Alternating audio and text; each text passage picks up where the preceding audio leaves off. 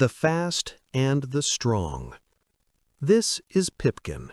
Pipkin is a small squirrel. He is very, very fast. Pipkin runs zoom and jumps up. This is Barnaby. Barnaby is a big brown bear. He is very, very strong. Barnaby can lift a big log easily. Pipkin and Barnaby are friends. They want to build a house. A nice new house for Winnie the Wise Owl. "I will do it fast," said Pipkin. He took a tiny nail. He ran, run, and hit the wood. The nail fell down. "No, I am strong," said Barnaby. He took a big piece of wood. He tried to lift it up, and hold it alone. The wood fell crash. Pipkin and Barnaby stopped. They felt sad. "Building is hard," said Barnaby. "Too hard and too fast," said Pipkin. Winnie the Owl flew down. "Hoo-hoo," she said softly. "Look, you are fast and you are strong, but you are not a team." "A team works together," said Winnie. "Try slow, try help.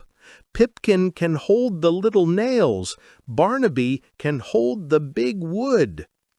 They started again. Barnaby held the big wood steady. Pipkin held the little nails steady. They worked together. It was easy. The house was finished. It was beautiful and strong. Pipkin and Barnaby were happy friends. "We are a good team," they cheered.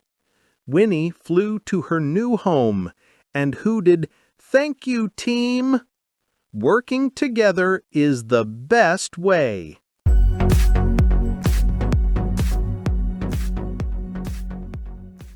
Read The Muddy Path Friends. This is Shelley.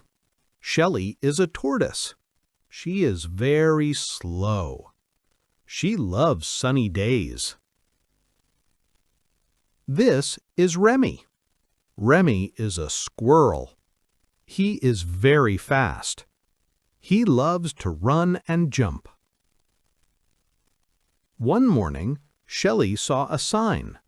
"Sweet Berry Field, way over there," she read.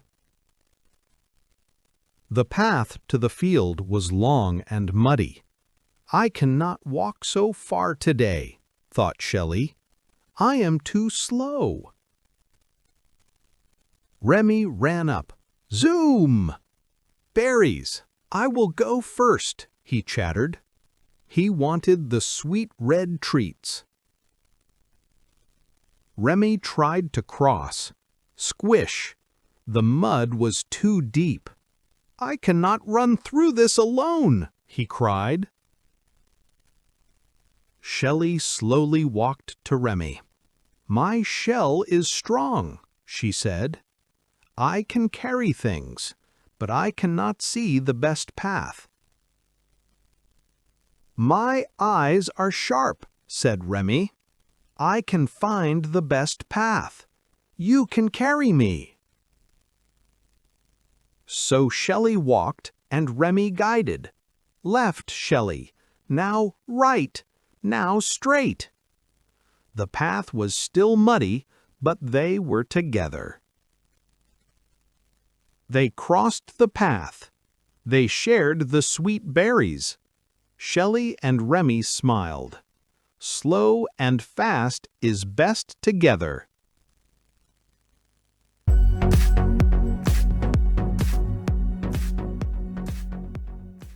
The Brightest Guide.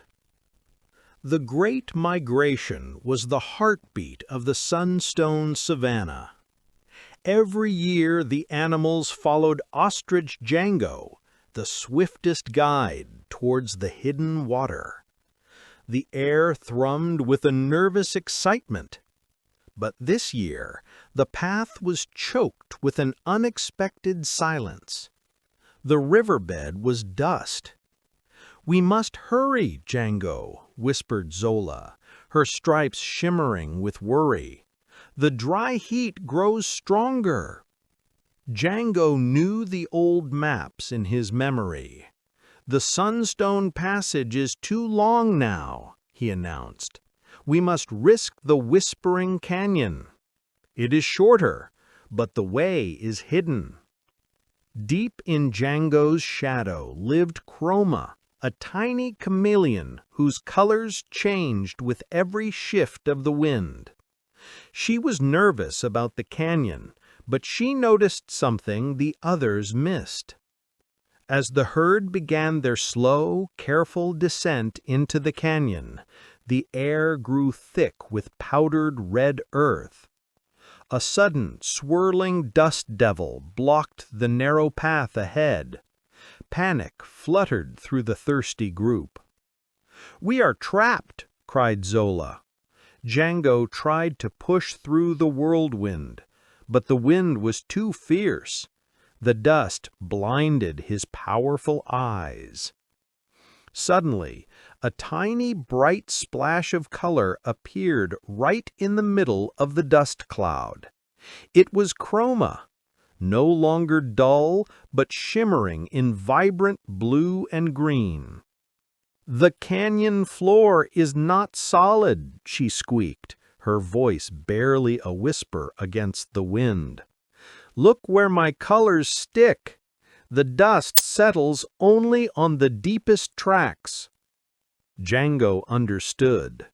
The dust hid the path, but Chroma's moisture-sensitive skin, flashing brilliant colors only where the dust wasn't, had uncovered the ancient, safe trail. He quickly followed her tiny, colorful guide. Soon, the dust storm was behind them, and the sweet smell of the hidden water filled the canyon air. Django bowed his great head to Chroma. The bravest guides, he learned, are not always the biggest, but those who see the world in a different light.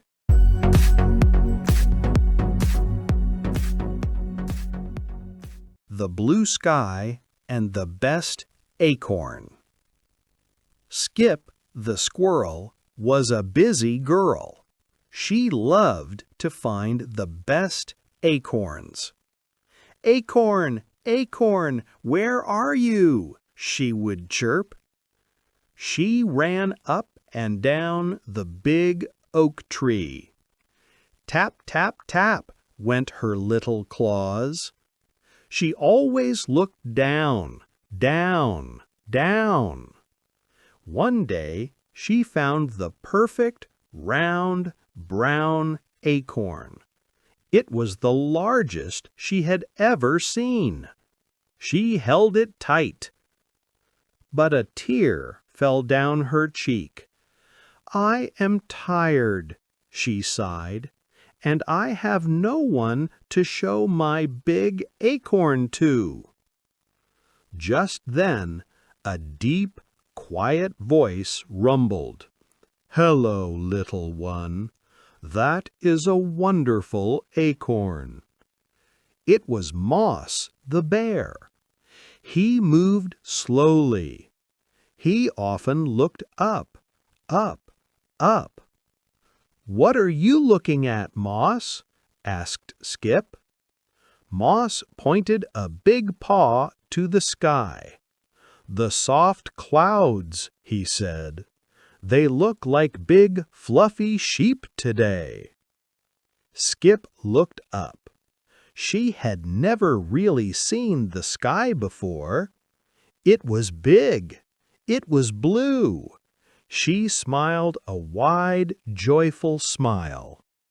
"Here," said Skip. She climbed down and rolled her perfect acorn to Moss. "This is for you. Thank you for showing me the blue." Moss smiled.